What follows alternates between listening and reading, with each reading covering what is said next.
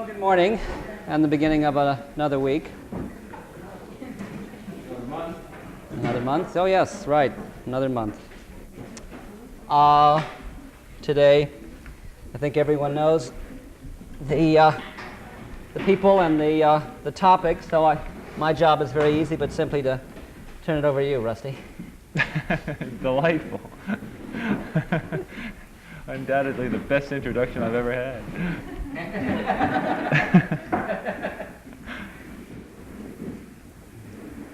Well, what shall we do this morning? I suppose that the reason that a nice down-to-earth astronaut like me is here in a far-out group like this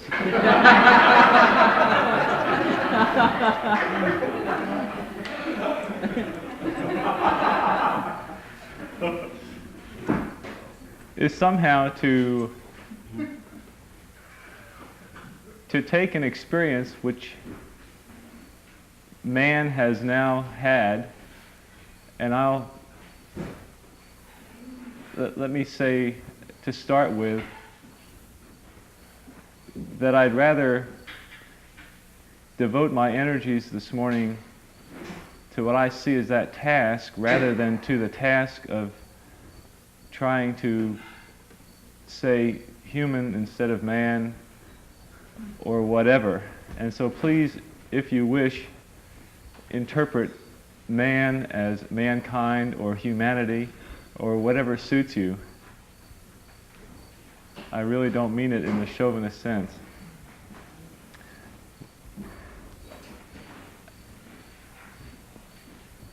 Bill gave you some introduction yesterday as to what my background has been.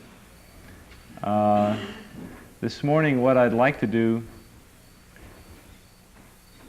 is take all of you on that trip with me through that experience, because the experience itself has very little meaning if in fact it is an experience only for an individual or a small group of individuals isolated from the rest of humanity. And so what I want to do this morning is to, just before we started, I was asked whether I had integrated that experience. I think that part of what this morning is all about is that process of integration. And it's not my process, it's our process. And so I want you to face that process this morning. And to do that, we'll have to go back a bit in history. And I don't want to go back too far, but let me just go back to 1969 and paint the picture at that point, and let's start from there. In early 1969, I was preparing for my flight on Apollo 9. Apollo 9 was to be the first flight of the lunar module, the first time that we had taken that spacecraft off the ground, exposed it to that strange environment, and try to see whether it was going to be ready to do the job. The setting was fairly interesting. In December of 1968, Frank Borman, Jim Lovell, and Bill Anders had circled the moon on Christmas Eve and had read from Genesis and other parts of the Bible in a sense to sacramentalize that experience and somehow to transmit what they were experiencing to everyone back on Earth, the good green Earth, as Frank called it.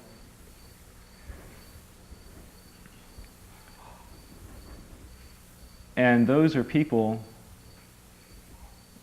that you know. They're not heroes out of books. They're next door neighbors. Their children and your children play. and they're out there around the moon and reading from the Bible in a way that you know means a great deal to them. And then the next day, in the New York Times magazine section comes one of those incredible insights that happens, and Archibald MacLeish writes an essay about the step that humanity has now taken, that somehow things rather suddenly have changed, and that man now no longer sees himself in the same way that he saw himself before. That we see the earth now as it truly is, bright and blue and beautiful in that eternal silence where it floats. And man as riders on the earth together, on that bright loveliness in the eternal cold. Brothers who know now they are truly brothers. And as you're preparing to go up into space yourself, that's a heavy trip. Because you realize that it's not just a physical thing you're doing, but that there's a good bit more to it.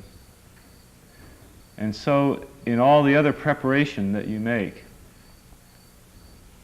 you somehow incorporate that, a preparation for that experience as well.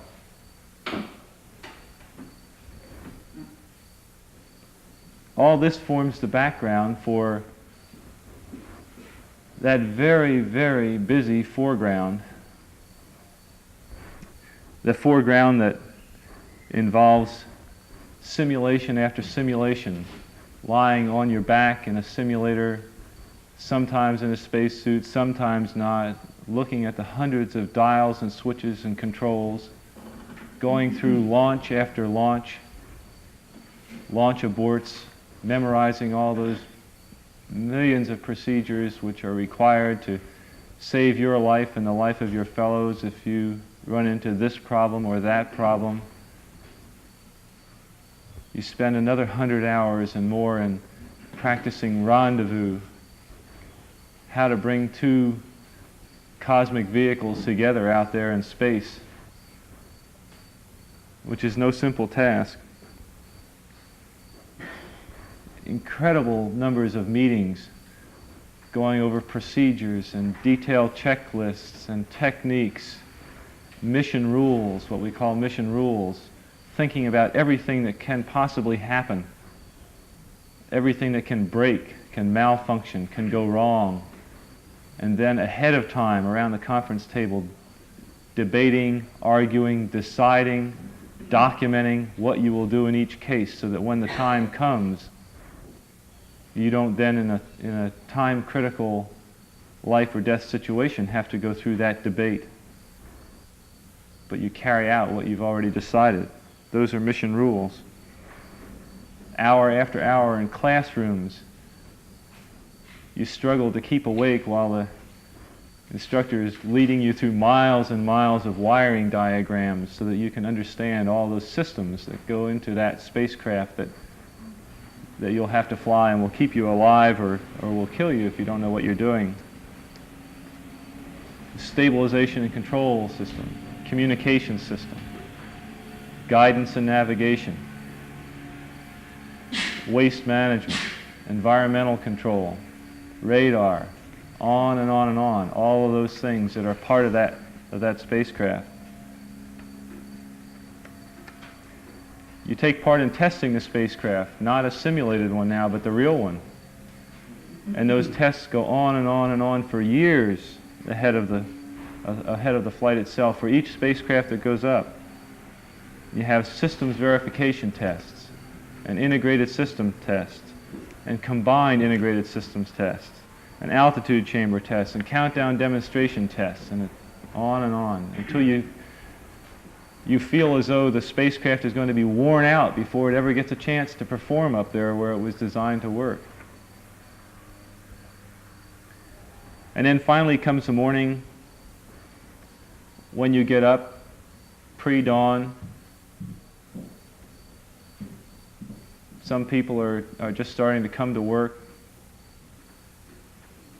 Outside the window, 3 or 4 miles away, and if you've ever seen it, and Bill has seen that, you look out there to the north and there's this brilliant white object standing vertically on its tail with searchlights playing on it, and it's somehow a white symbol sitting there on the beach ready for its trip into space, and it's the most awe-inspiring thing you've ever seen. It's beautiful. And you go down the hall and have the last of what seems like an infinite series of physical examinations. You eat breakfast, you go down the hall in the other direction and put on your suit with the help of all those technicians that you've done it 100 times before. And it's exactly the same, except somehow this morning is a little bit different.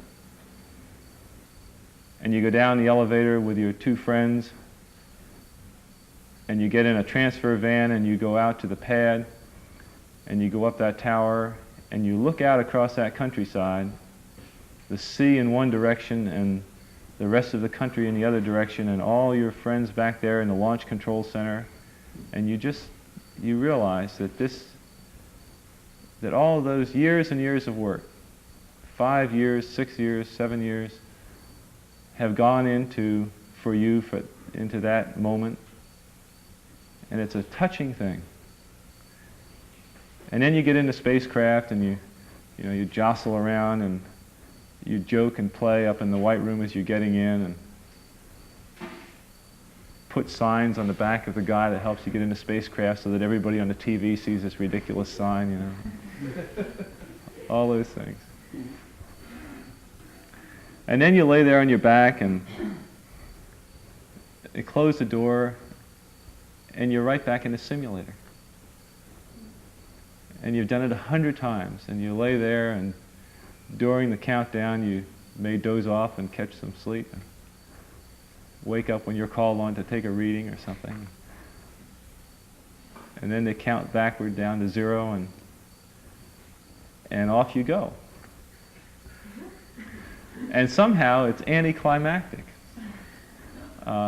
It's much more exciting from the beach, watching it and seeing all that smoke and fire, and feeling the power in that, and the concentration of energy that's taking those 3 people up into space. But from the beach you feel that, and it causes your whole soul to oscillate with the throb of that sound. But you inside now, you're going up, and everything looks very much like it does in a simulation. And you've done this 100 times. And the only difference is, at least in most cases, the difference is that it's all working correctly. I mean, things aren't going wrong. The dials read what they should read, instead of some joker outside throwing in a problem that you now have to handle.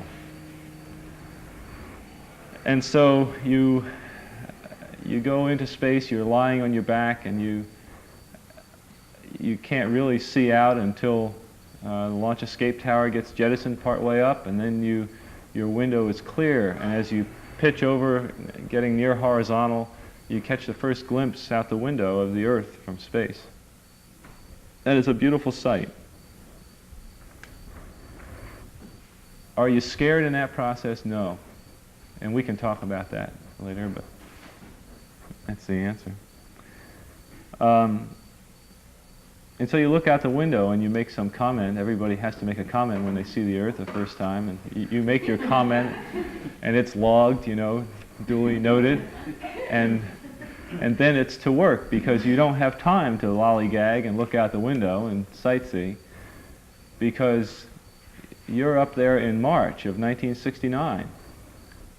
And the goal is to put a man on the moon and get him back to the Earth before the end of the decade. And that's coming up very fast. And there's an incredible way to go. And so, on with the job. And you get up there into orbit, you separate from the booster, you turn around to dock with the lunar module. the first time it's ever been done, the first time the lunar module is flown. And you have a little problem doing that because a couple of the thrusters got shut off inadvertently during the launch, and you can't understand why you can't control the vehicle. And so there's a moment of panic. You madly go around checking switches, throwing switches, trying anything until somebody notices a little flag that's the wrong way, and you throw the right switches and you dock. You extract the LEM, and now you have to change orbits, and so you go through all those procedures. You take out the checklist, you read down the list, you leave nothing to memory. Everything is done step at a time. And you change the orbit. You light the main engine of the command module with the lunar module now on the nose for the first time, and you wonder whether maybe it'll break apart, but it doesn't. You were part of the design. You knew it wouldn't, but now you know really. And so that first night in orbit, you eat, you doff your suits, the pressure suits, stow them under the couches, put them away, climb into the sleeping bag, go to sleep, up the next morning, eat breakfast for what it's worth, don the suits, and now you've got a full day of checkout again, because this time you're making 3 major maneuvers that next day, and you're testing the system that held together the first time you lit the engine, but now you're not going to just light the engine, you're going to play games. You're going to wiggle the engine on the back to test and stress and strain that tunnel between the command module and the LEM to make sure it will really hold together in cases where it's needed. And so you go out to the edges of the envelope, the design envelope, and see that it really works and holds together. And again, you know it will, but after you've done it, now you really know it did. And so you've had a busy day there, and again, it's eat, doff the suits. You put on the suits because it might have broken apart. It's hard to live in a vacuum. So just in case, you do it that way. But now you have that confidence, and so that night you go to bed with a bit more confidence, and the next morning it's the same process, and you haven't quite gotten enough sleep, but it's up and hurry up because you're late. And go back to work and eat fast, get the suits on. In fact, eat while you get the suits on. Open up that tunnel, and now you go into the lunar module for the first time. It's a brand new spacecraft, and no one's been in it before. And it's an amazing sight out the windows of that lunar module, because they're much bigger windows. But again, don't stop. You don't have time for that. And so out with a checklist and down through that day and checking out all those same systems that you know so well from paper, but now you're there, and now you're throwing the switch. You're not just watching on paper what would happen if you did throw that switch, and you check out the guidance and control system, the navigation and the communications and the environmental control system, and on and on and on. And by the end of the day, you're ready for the grand finale of the day, where you're going to actually light up the main engine on the bottom of the lunar module, the one that'll take one of your friends down to the surface of the moon if everything goes right. And you have to demonstrate that that engine will work, and that you can also push both the lunar module and the command module around in case one day that has to be done. Little knowing that only the next year that will have to be done to save the lives of 3 of your friends. And you light off that engine, and it works. And it works just the way it did in a simulator. And you're amazed, it's amazing. But it did, and it's just like it was in a simulator. And so now you go back into command module, and you're a little behind again, and so hurry up and eat and take the suits off and get back to sleep again, because the next day is a big day. And up the next morning and back through the cycle. And today is the day you check out the portable life support system, the backpack that will be used to walk around the surface of the moon and allow people to live and operate and work and observe, to be human in that hostile environment, hostile to man. And so you put on the suit that morning knowing that you're going to go outside.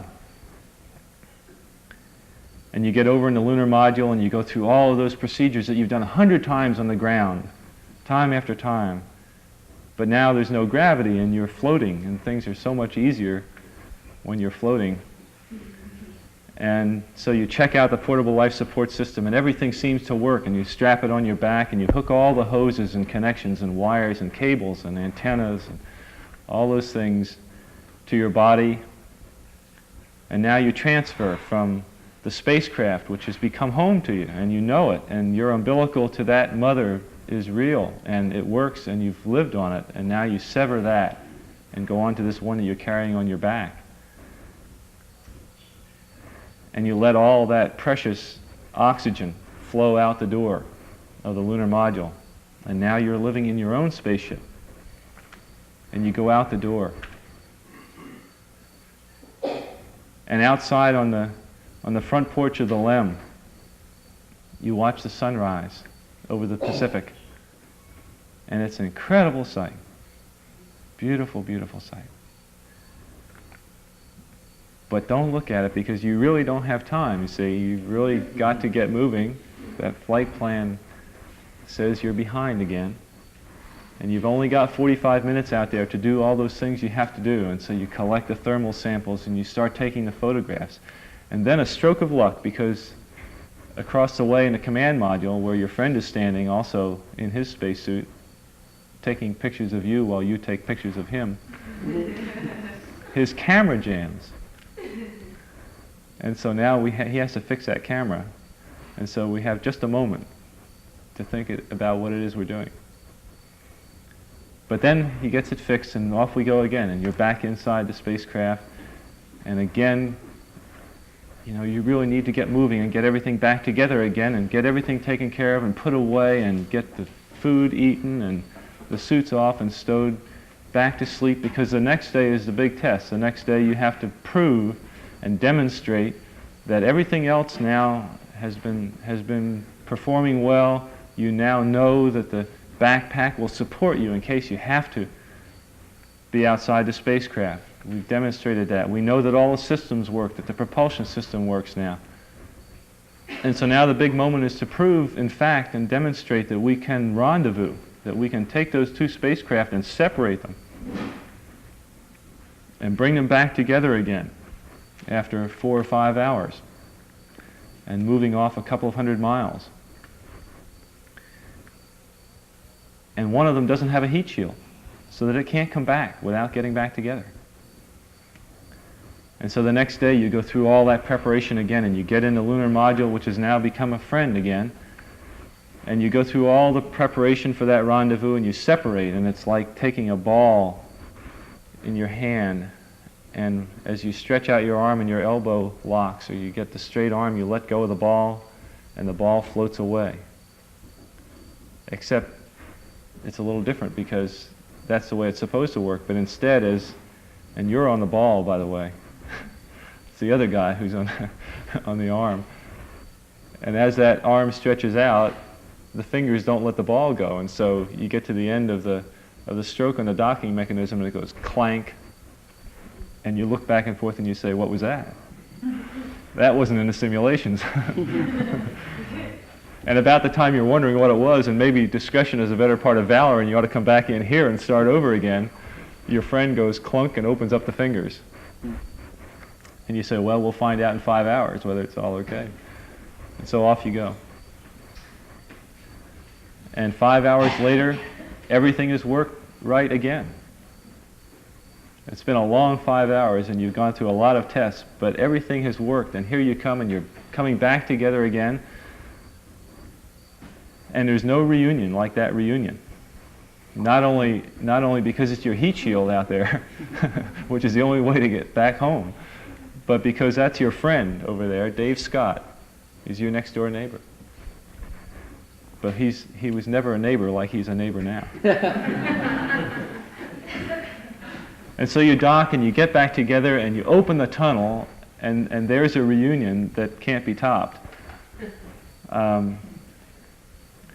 And so you get everything done, and you get back into the command module, and you're tired, you're absolutely exhausted, you haven't had enough sleep, you haven't had a good meal. In fact, you probably haven't even eaten that day. And you sit there and you've taken off your suit, and now you've got just a piece of that lunar module left sticking on the nose of the command module, and you throw a switch and it's gone.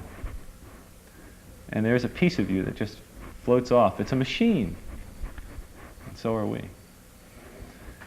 And it goes away, floats off into the distance, having done its job. And now your thoughts turn to things like a shower, and a bed to sleep in, and all those things that you realize you haven't been thinking about for those 5 hectic days that you've just been through. But all that is 5 days away, because the flight plan says now we show that we can go for 10 days. We show that we can do the whole mission, the endurance part. And so for the next 5 days, while you're thinking about a steak and a shower and a bed and all those things, you float around the earth doing other tests. And now for the first time you have a chance to look out that window, and you look out at that incredibly beautiful earth down below, and you reach down into the cabinet alongside the seat and you pull out a world map and you play tour guide. And you set up the little trace on top of the map, which has your orbit traces on it, and you look ahead to where you're going and what countries you're going to be passing over, what sites you're going to see, and while the other guys are busy, you say, hey, 10 minutes, we're going to be over the Mediterranean again. And you might want to look out. And so you look forward to that. And you go around the world, around and around and around, performing these tests, and every hour and a half you go around the earth, and you look down at it.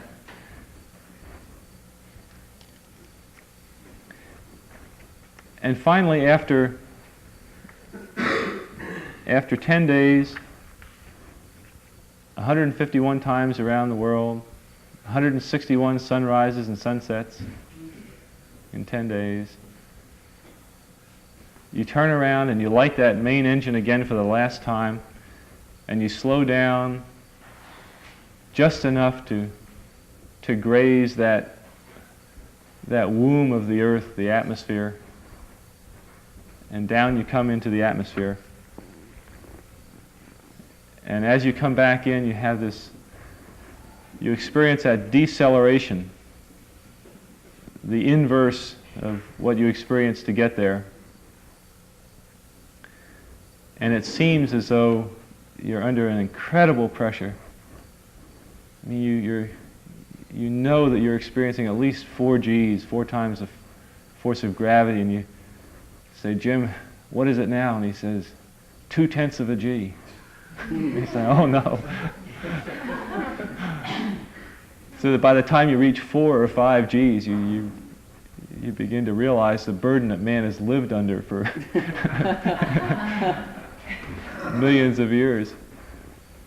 And as you look out the window, you see your heat shield trailing out behind you and little bright particles, flaking off, and glowing, the whole atmosphere behind you glowing, this glowing sheath sort of corkscrewing back up towards space.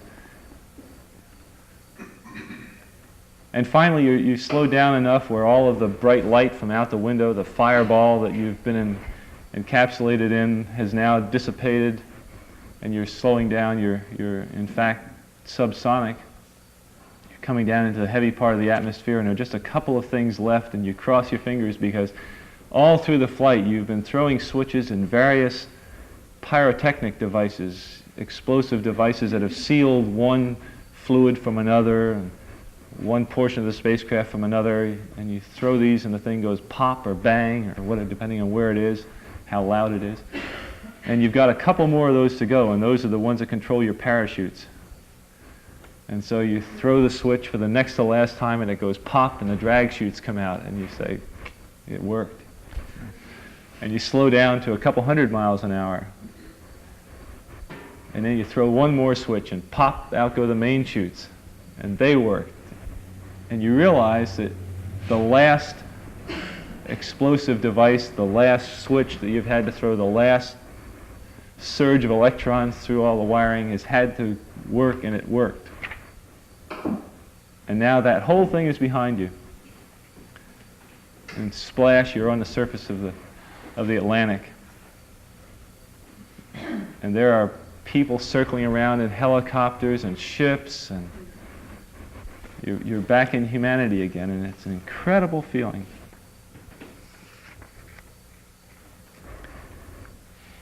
And what's it all meant?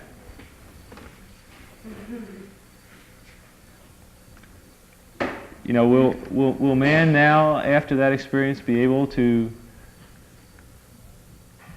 set foot on the moon and return to Earth by 1970? Yes. All of those things that had to work and be proven have worked and been proven. And you've been a part of it, and you've done a tremendous job. And you realize it, and you realize all the hundreds and hundreds of thousands of things that have had to work, and they worked. And you're that much nearer to meeting that incredible goal of putting man on another planet. Have you opened a door to the future? Have you opened up changed the nature of exploration? Yeah, you've done that. Man will not step back through that door and close it, except for perhaps short periods of time. You've opened up a new door. And are there any practical benefits from it? Yeah, lots of practical benefits. Ad infinitum. You get tired of talking about them. But they're there, and they make a big difference in the world. And in fact, you're dedicated to them, because they will make that difference. But I think that in some ways that there are other benefits which are more significant. I think that you've played a part in a changing concept of man and what life is all about. A relationship that you have assumed all these years, and not just you, but man, humanity, the whole of history has assumed.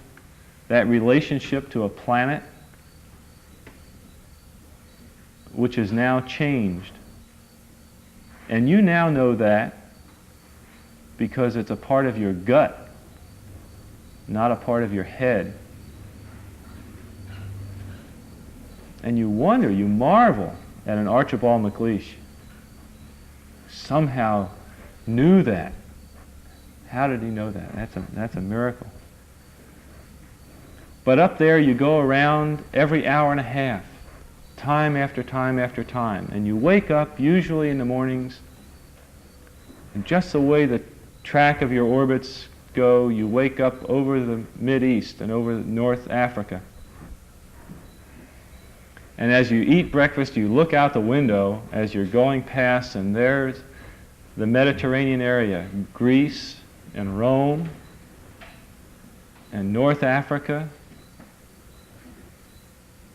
and the Sinai, that whole area, and you realize that in one glance that what you're seeing is what was the whole history of man for years, the cradle of civilization. And you think of all that history that you can imagine looking at that scene, and you go around down across North Africa and out over the Indian Ocean and look up at that great subcontinent of India pointed down toward you as you go past it. Ceylon off to the side, and Burma, Southeast Asia, out over the Philippines and up across that monstrous Pacific Ocean, vast body of water. You've never realized how big that is before.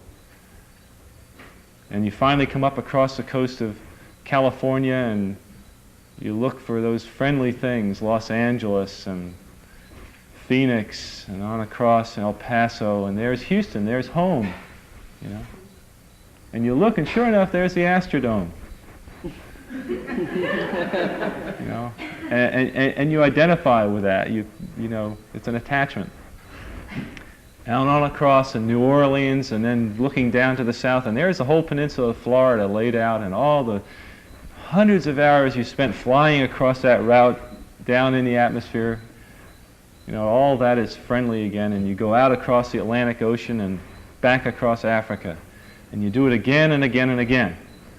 And that identity, that you identify with Houston, and then you identify with Los Angeles and Phoenix and New Orleans and everything.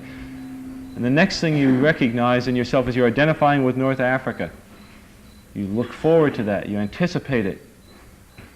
And there it is. And that whole process begins to shift of what it is you identify with. When you go around it in an hour and a half, you begin to recognize that your identity is with that whole thing. And that makes a change. And you look down there and you can't imagine how many borders and boundaries you cross again and again and again. And you don't even see them. And that wake-up scene the year before, there you are, hundreds of people killing each other over some imaginary line that you're not even aware of, that you can't see. And from where you see it, the thing is a whole, and it's so beautiful. And you wish you could take one in each hand and say, look, one from each side. Look at it from this perspective. Look at that. What's important?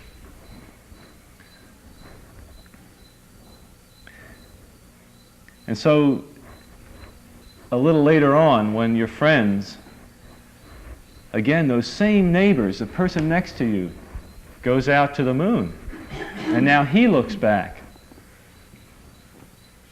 and he sees the earth not as something big, where he can see the beautiful details, but now he sees the earth as a small thing out there.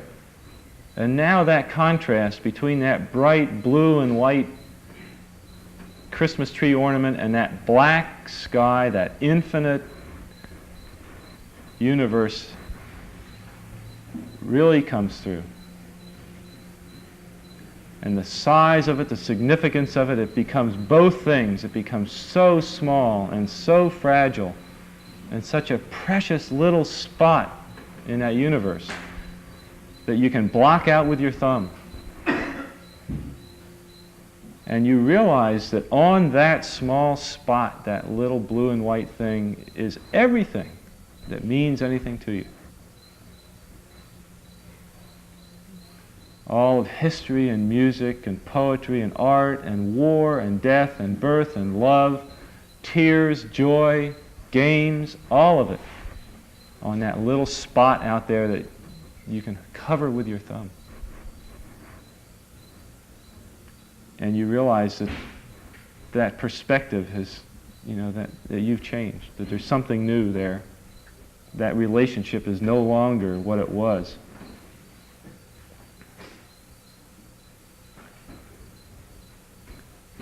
And then you look back on the time when you were outside on that EVA and those few moments that you had that you could make the time, because a camera malfunctioned, that you could make the time and think about what was happening. And you recall standing out there, the spectacle that went before your eyes. Because now you're no longer inside something with a window looking out at a picture, but now you're out there, and what you've got around your head is a goldfish bowl, and there are no limits to it. There are no frames. There are no boundaries. You're really out there over it, floating, going 25,000 miles an hour, ripping through space, vacuum, and there's not a sound. There's a silence, the depth of which you've never experienced before, and that silence contrasts so markedly with the scenery, with what you're seeing, and the speed with which you know you're going intellectually in your head. That contrast, the mix of those two things, really comes through. And you think about what you're experiencing and why. Do you deserve this fantastic experience? Have you earned this in some way? Are you separated out to be touched by God, to have some special experience here that other men cannot have? And you know the answer to that is no. There's nothing that you've done that deserves that, that earned that. It's not a special thing for you. You know very well at that moment, and it comes through to you so powerfully that you're the sensing element for man. You look down and you see all that surface of that globe that you've lived on all this time, and you know all those people down there, and they are like you, they are you, and somehow you represent them. You are up there as the sensing element, that point out on the end. And that's a humbling feeling. It's a feeling that says you have a responsibility. It's not for yourself. You have to somehow, the eye that doesn't see does not do justice to the body. That's why it's there. That's why you're out there. And somehow you recognize that you're a piece of this total life. And you're out on that forefront, and you have to bring that back somehow. And that becomes a rather special responsibility. And it tells you something about your relationship with this thing we call life. And so that's a change. That's something new. And when you come back, there's a difference in that world now. There's a difference in that relationship between you and that planet and you and all those other forms of life on that planet, because you've had that kind of experience, and it's a difference. And it's so precious.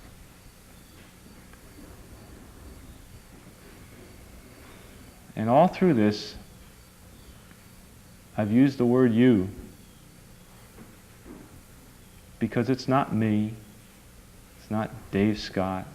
It's not Dick Gordon, Pete Conrad, John Glenn. It's you. It's us. It's we. It's life. It's had that experience. And it's not just my problem to integrate. It's not my challenge to integrate, my joy to integrate. It's yours. It's everybody's. And I guess that's really about all I'd like to say, except that, and I don't even know why, but to me it means a lot, and I'd like to sort of close this part of it before David has a chance to come back at me with a poem by E. E. Cummings that's just become a part of me somehow out of all this, and I'm not really sure how.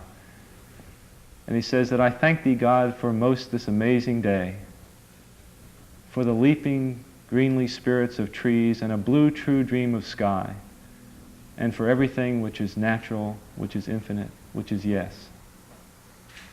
Thank you.